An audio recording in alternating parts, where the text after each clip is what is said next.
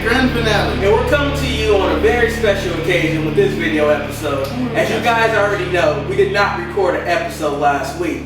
So to make up for it, Marcus and I is doing something that we have never done before. We are doing a day and date release of the video show and the audio show at one time. I don't know if we can do it, Marcus. I think we can pull it off, Eric. I don't know how difficult a task this is. I mean, well, video importing, I'm assuming we could be recording the audio show, so it's not much to edit in these shows. It's not much done in editing or post. As you can tell, we're not in the garage, and we don't have the assistance of Ryan with us. We are at my home, where we have this lovely plant and this wonderful artwork, which can they see? Maybe you may be able to win if we do the Bound for Something challenge that Marcus has lined out that we should discuss in this audio episode. We're going to discuss that here? No, we're going to do that in the audio. Oh, okay. So go to Sharpshooters.com, download the most recent episode, it should be there. But what's going on in this episode? This episode, the reason why it's such an urgency to get this episode out is because, as everybody knows, this Monday, July 23rd, is the 1,000th episode of Monday Night Raw. This is why I wish I had like the New Year's hat and a little blue and go, yeah! But we don't have that. But we can fake it. So, Marcus and I decided that what we're going to do is, we're going to sit down and we're going to tell you guys we picked out 5 moments that we found very enjoyable. There's so many moments. Pretty much for me, is what I can remember. That was all. That's how I based my. So last week's Raw. Remember that Big Show CM Punk match? Oh yeah. Moment. So Marcus, because I'm a wonderful host and I need to drink this water, Marcus, give me your first Raw moment. We drinking scotch. 50-year-old scotch. You want me to drink a scotch? We had this plan, but we can't get the scotch while it's recording now. I can get up the video show. We can't just leave and stop. I can get up while you recording. While you talking about your moment, I can hear you. Think you do it fast enough? Yes, Marcus. Okay, here we go. While he gets the scotch and the scotch glasses, I'm going to talk about my number 5. I don't know if this is a list per se or what we're doing. We're just going to talk about our favorite moment. But my number 5 happened May 17th. In 1993, the city I don't remember, but it was on the early episodes of Monday Night Raw, and it featured Razor Ramon versus Sean Waltman, at the time known as the 1-2-3 Kid. And this match was when Sean Waltman upset Razor Ramon because I had never thought a jobber can beat a particular wrestler, especially in my young age. I was shocked. And then the next week, which is that actual moment, which I don't have a date, is when he decided to steal the money instead of wrestling the match. And now I'm left alone without anything to say because Eric said he'll be right back with the scotch. Well, Marcus, I got another assignment. How'd you get another assignment? This isn't the audio show. The wife. What did I tell you? You sent me for the scotch. Yeah, so that's one of my moments. I just enjoyed it because to me it was one of the most shocking moments in the history of Raw. You ain't gonna get no ice, but it's one of the most shocking moments in the history of Raw. I was talking about the one. I heard you, I can hear you. It's not like it did not travel. Oh. Yes, the 1-2-3 Kid defeating Razor Ramon was one of those many moments that happened. It was like really my first swerve I think that I experienced. Why someone? I know. The $1 Million Man wasn't involved in this, but he was, right? He was involved later. See, because he had the money, right? No, I done my research. So eventually it started off. This is eventually how Razor Ramon became a good guy. So he loses to. Do not drink unless you're over the age of 21. So yeah, and drink responsibly. Stay thirsty. But the whole point was Razor Ramon decided to fight a job. He loses to the 1-2-3 Kid, and then the money came into play. I think it was $10,000. I forgot how much money it actually was. It was $10,000. I remember $10,000 or something. And so the 1-2-3 Kid decided to take the money, which was something I would have thought to do. You're supposed to sip on this shit. You're supposed to down it. Doesn't hurt my chest. So anyway. So later the $1 Million Man comes in there, he's making fun of Razor Ramon for not being able to beat the Kid. Somehow it ends up with Razor teaming that 1-2-3 Kid to take down the $1 Million Man. I remember that. Marcus, good moment. Good moment. Boom. My first moment, Marcus, I'm just going to start off very simple and very easy. This happened, and I made a list, happened April 23rd, the year 2007. I have no idea where this happened, but this was the moment that in 2007, John Cena was one of the most hated individuals in I professional knew it was wrestling. gonna be a Cena moment. And this was the moment he fought Shawn Michaels. I'm not 100% sure why he fought Shawn Michaels, but they went darn near 60 minutes. Well, it was the week before WrestleMania something, and they were in Great Britain or London. Oh yeah. And I believe that somebody had got suspended or injured, and I think it was Randy Orton. Randy Orton had got in trouble, and then they had nothing to feel wrong with that day. So I believe they decided to go 56 minutes. Now it was the moment, because if you watched any type of if you've watched Monday Night Raw for the 1,000 episodes, you know for a fact that everything has like a timestamp. So you know the main event normally happens between 7:45 to 7:50 because it's gonna go at least 20 minutes with a 10-minute overrun. Yeah, because they were also advertising the real main event, which was like Batista versus like Jeff Hardy or something. Yeah, and so Batista and Jeff Hardy did. The next thing you know was Shawn Michaels and John Cena, and it was like an hour left in the show. And no one expected this match to continue to go on and on, but it did. It took a commercial break, and at this point, it showed that John Cena can actually go. No one gave John Cena any credit in the ring. Sure, Shawn Michaels did a lot in that match. I mean, but still, it was just a great moment, and that's one of my favorite moments in Monday Night Raw history. All right, Marcus. I guess it's fitting since you went first. I should go with my next moment to start things off. What do you mean start things off? The next moment, Marcus. My next Raw moment. You just had yours, but okay. Yeah, but we're gonna do it different. Hello, Fiasco. If you're showing up in the camera, Marcus. As we all know, anyone who's listened to our show, although he committed a tragedy and a sin when he killed his entire family, we all know that Chris Benoit is one of my favorite wrestlers. Probably number one. We have no evidence of him being number one, Marcus, but I want to go back to the date, Marcus. January 31st, the year 2000, Marcus, in Pittsburgh, Pennsylvania, Marcus. This is where Chris Benoit, Eddie Guerrero, Perry Saturn, and Dean Malenko walked in the audience and sat down in the first row during an Al Snow and Steve Blackman match. Are you serious? The New Age Outlaws. Yes, Marcus. That had to be a good match that they ruined by showing up. Marcus, it was a riveting match because the whole storyline between, because I went back and watched this clip. So you watched the clip? Al Snow and Steve Blackman are trying to come up with a name for their tag team. And it was like Snowball and things like that. My favorite memory about the Steve Blackman Al Snow relationship and tag team was one, they had good chemistry together. I enjoyed them. But all I remember is the WWE SmackDown game in which you could do the series or whatever, and you could team up, you beat somebody, if you beat Al Snow, Steve Blackman would be loyal to you for 15 years or more. Yes. Without turning on you. And then of course always the storyline with him being on your Jumbotron. But at this point, the match is going on. When the match starts off, Al Snow greets the Radicals like, "Hey, how's it going?" in the front row. Then eventually the match is going on between the New Age Outlaws and Al Snow and Steve Blackman. Then Road Dogg gets out there. He punches Chris Benoit. They jump the guardrail. They beat up the New Age Outlaws. And the greatest thing that I enjoyed the most was just the commentary in this match was awesome because JR was selling the fact that these guys are former WCW. He has no idea why they are here, blah, blah, blah. But there was some convolution in this, Marcus. They came in through the front row, Marcus, but when they finished beating up DX, they went up and left on the ramp. So that was fun. But still, that was one of my moments, Marcus. They were allowed back there. Yeah, they were allowed back there. Go figure. Okay. What's your next moment, Marcus? My next moment is actually rather recent. It's June 6, 2011 in San Diego. It's pretty much the CM Punk pipe bomb game. Oh, or whatever it's called. When he decided to interfere in the R-Truth and John Cena match, which was a typical tables match, because John Cena loses in all table matches.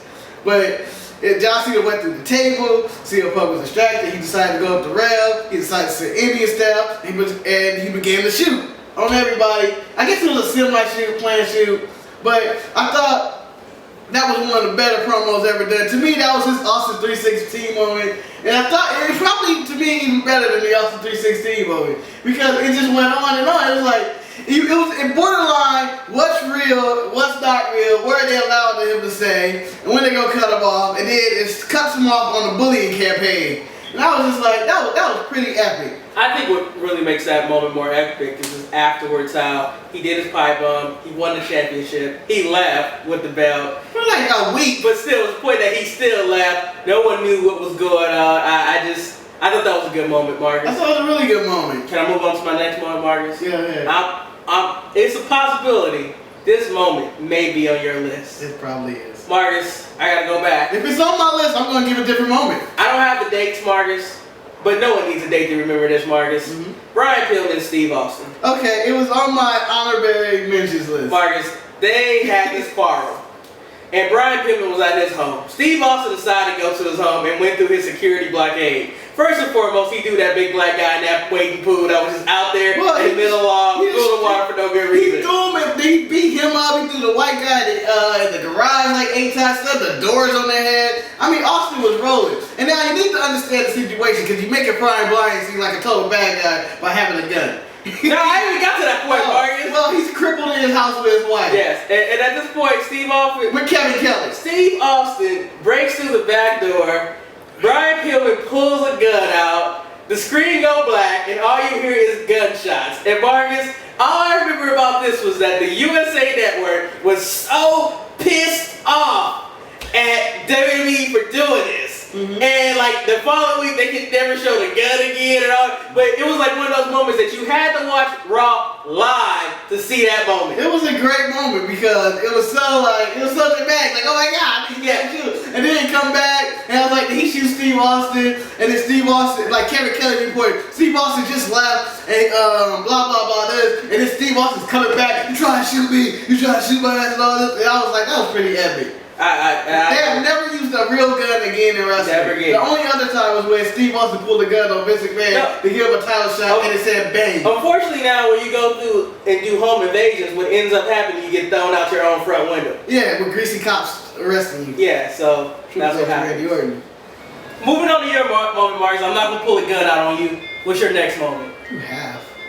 My next moment is My next moment happened in August 9th, 1999.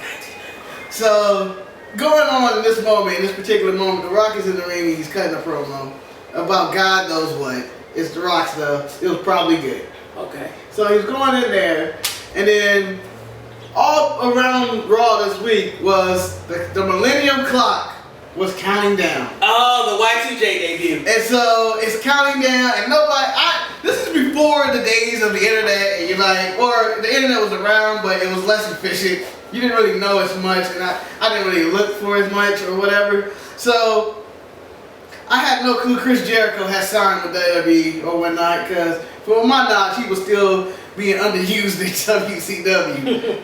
So he comes out at the end of the Millennium Clock, his entrance, full entrance, crowd goes crazy, blah blah blah, and then he cuts a promo, and then my favorite part is that he comes out to his epic debut, and it's like, oh, this is great, and then The Rock cuts him down completely. Yes. I mean, Jericho's talking about all his success, but The Rock flips it all and talking about, who you been beating is Juventud Guerrero, and Jericho's talking about, I took his mask. And I just thought that was just a great moment, and one of the better debuts and surprises in wrestling in Raw history. And he led to become the first undisputed champion. No, that was years later. The only undisputed champion ever. That was the thing that makes this moment even more hilarious though, Marcus, because it was a Y2J debut, but this was always based off the Y2K bug, the phantom virus that was supposed to shut down the entire internet. It got somebody. It didn't get nobody, Marcus. That was the greatest thing. It was just a scare for no good reason. Marcus, since you brought up your Rock moment, I guess I should bring up my Rock moment, Marcus. But it's not The Rock per se by himself, Marcus. It's The Rock when he was in a Nation of Domination. Oh Him, D'Lo, Farouk. Marcus, there was a little feud that got scrapped really, really quick. But unfortunately, Marcus, Raw moment takes place over 2 weeks. Because the first week, it ended with the Nation of Domination locker room being destroyed. It had Canada Rule over there. It had a red sign with KFC crossed out. The N-word was out. KFC crossed Marcus, out. you know black people like fried chicken. Yeah, but I just be taking a shot at a potential sponsor. Yeah, it was like, no KFC. Marcus, it was very racist. Even at this time, as we all know, I'm not the most racially sensitive person as is. I I found it hilarious. But Marcus, the following week, it became even more hilarious because the nation came down to the ring, Marcus. Yeah, did you rewatch this? Yeah, I watched some of it, Marcus. I watched a lot of it, Marcus. And honestly, you really need to watch this because it's so great, Marcus. Because the nation comes down to the ring and they're calling out the Heart Foundation. And before they even talk, the Heart Foundation comes out and they talk about, we didn't do this. We're not responsible for this. And in all actuality, we knew they were not responsible for it. We knew DX was behind this. Because DX didn't show up on the trial. So you had the nation in the ring, Heart Foundation at the top of the ramp, and the DX. This is China, Rick Rude, Triple H, and Shawn Michaels on the Jumbotron. And Shawn Michaels was talking about Bret Hart being the Grand Wizard, the leader of the KKK, and all that. He forgot all his sheets, Marcus. By far the most hilarious thing that's ever happened in wrestling because it happened. They did. It's right up there with Vince McMahon saying the N-word. But well, that was on pay-per-view, so you gotta pay to see him say that to John Cena. But you gonna say that on this video? That doesn't matter. I've said worse. Anyway, so that was one of my moments. Love that moment. Okay, so I'm at my number 2 moment. And I didn't know you ranked these. They're not ranked. It's just listed the moments I want to talk about. Yeah, this could literally be a 2-part episode in which it's a day and date that comes out Sunday, and then another one that comes out Monday. Because I have a few moments that I want to omit to this. And then, but I'm going to my number 2 moment, and the only reason it's number 2 and not number 1 is because the payoff killed it for me. Oh, no. So I already know what it is. Yeah, you know it. It's clear as day. It's probably my it was one of my moments. Thanks, Marcus. Go ahead. It was one of your moments. Is it really? I don't know. I gotta wait for you to say it. Okay, so back around 1999, a wrestler. 1998, a wrestler debuted by the name of Val Venis. He came in, he was talking about he's the big Valboski, he made penis innuendos, he did some strut and some thrusts, and he did a lot of clotheslines and wasn't the best wrestler. But short along, he got into a feud with the dominant faction known as Kayatai, which features Taka Michinoku Funaki and a lot of other people whose names I can't pronounce. So Val Venis eventually sleeps with the daughter of whatever guy's son, or whatever his name was. Sakamoto. Not Sakamoto. Yamaguchi. That's racist. But he ends up sleeping with his daughter. And over the weeks, the tension grows. So Taka Michinoku and Val Venis teams together to face a tag team that I forgot. I should have wrote it down. Anyway, Taka turns on Val Venis, betrays him. They take him to the back. Guy has a sword. You gotta remember why he betrayed him, because that was his sister. Remember Taka? It was Taka's sister, that dude's dad, and so they took him in the back, ass cheeks in the air later, he's hanging in there, and he's getting ready to get his pee-pee chopped off, because the dude yells, choppy pee-pee. Security guards bust in, they stop, camera cuts to black, Raw ends. Greatest cliffhanger I've ever seen on television, because I was on the edge of my seat at age whatever I was, maybe 13 or 14, at the edge of my seat, knowing was this man literally castrated on TV, and how are they going to build up to what happened next? So Marcus, I know we're not going to dignify and tell the results, we're just going to leave it at that, the way it should have been left at that, because Marcus... No, because Val Venis decided to have another career at TNA. Years later, and then he cuts up the craziest shoot interviews about Melina and Mike Knox and stuff. He was never castrated. The payoff was John Wayne Bobbitt. Hey, you gotta go with that. I don't want to go. John Wayne Bobbitt cut the lights off, but it was the cliffhanger that had me on the edge of my seat. It was the longest week of my life for Monday Night Raw, and I've seen maybe of all thousands, I may have missed a handful of Raws, maybe 2 handfuls. You know, that was not on my list, and I know how you have talked about that moment numerous times throughout the show. Well, Marcus, this week, Zack Ryder, this is like one of my moments. I just want to give it an honorable mention. So this might be a 2 or 3 part episode. No, it's going to be one episode, Marcus. Zack Ryder brought up a moment of GTV. And GTV had one of my favorite moments starring Val Venis when he was in the urinal next to Big Show. And he said they called him the Big Show, and he said him against the urinal. The thing I want to point about this, Marcus, is that clearly he wasn't peeing for the simple reason that technically he never had no time to zip up because he was just standing there. In shorts. Yeah, but Marcus, he was over there. He was like, oh, but Val Venus broke the first rule. He didn't look over. But Marcus, let me talk about the moment I thought you were talking about. And this was probably one of my more recent moments of Monday Night Raw. And I really thought you were talking about because the payoff really didn't work out as well as it should have.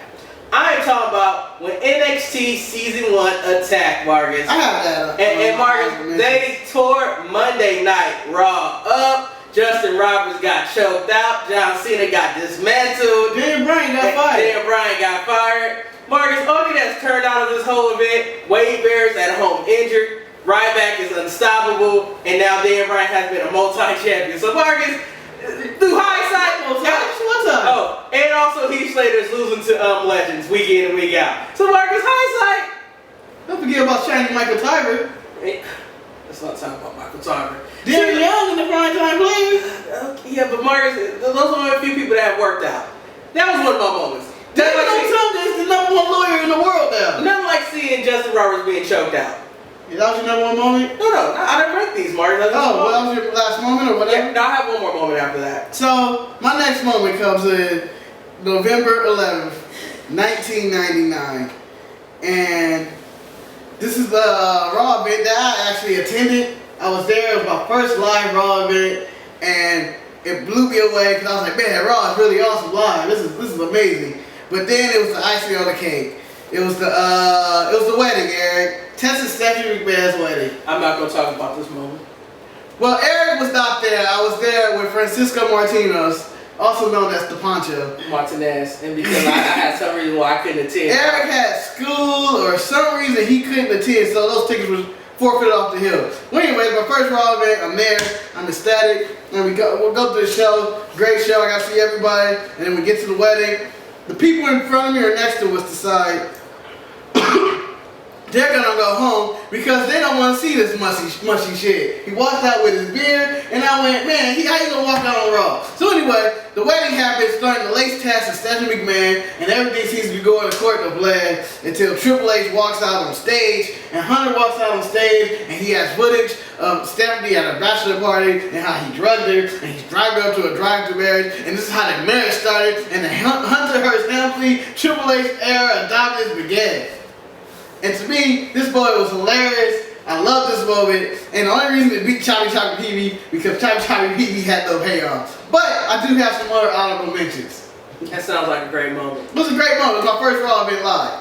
I think that's why it sticks out more. Alright, now it's now time to talk about my last moment that I have penciled in on my list. As we all know, Steve Austin sprayed the corporation, or the McMahon family. He did what? He sprayed them with the beer truck. Oh, yeah. That's not my moment. The moment is when Kurt Angle, the many moments that he has in WWE where he should be at so he can get a damn DVD. Honorable mention, him throwing Shane McMahon through the King of the Ring glass, the multiple attempts. That was King of the Ring and it wasn't Raw. Still an honorable This mention. is a Raw moment. I'm talking about the Kurt Angle Next year, I'm talking Nitro moment. Oh, when Hogan came out. I ain't throwing up none for Nitro Marks. I never watched it. But anyway, the Alliance, which was like Vince McMahon, Steve Austin, believe even Mick Foley and The Rock. No, they weren't in the Alliance. They could all been associated with the Alliance. No, they weren't in the Alliance. It was like Stephanie and Shane and Austin and Deborah. All I know is that I think Kurt Angle was in there and then he got Kurt Angle was the anti-Alliance because I think he was in love with Stephanie and so he was in the Alliance at one point. All I know, he got kicked out because he fell in love with Stephanie. I don't know how my memory plays with this. But he drove down to the ring in a milk truck and sprayed the entire ring with milk.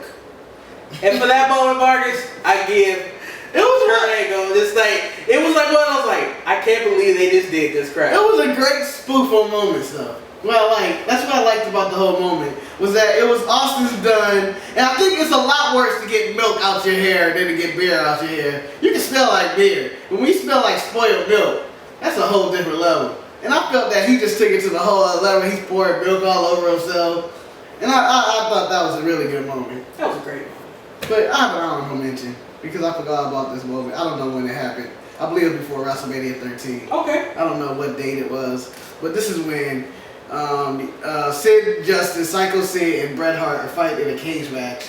And I don't know shit. And so run-ins galore. I mean, this is a star-studded main event of Raw because it was hilarious. So the story was basically Bret and Austin were gonna fight at Mania, but there's a title match before the week of WrestleMania, which I don't understand to this day how you would book that, but whatever. This cage match happens. Undertaker slams the door on Bret Hart. Bret Hart is flabbergasted.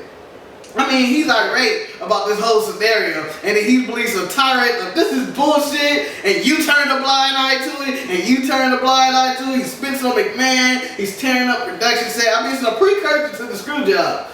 And so he pushes McMahon down. Austin gets on the Tron, and he's cursing out Bret. Bret, you fucking ruined it for us. We could have been fighting for the title, but you ruined it, you joke. And Bret's like, you bring your sorry ass down here, because you got no stones. And then Austin comes down there, and then at the end, Shawn Michaels decides to wobble his drunk ass down to the ring for no reason. Raw goes off, and I thought that moment was hilarious.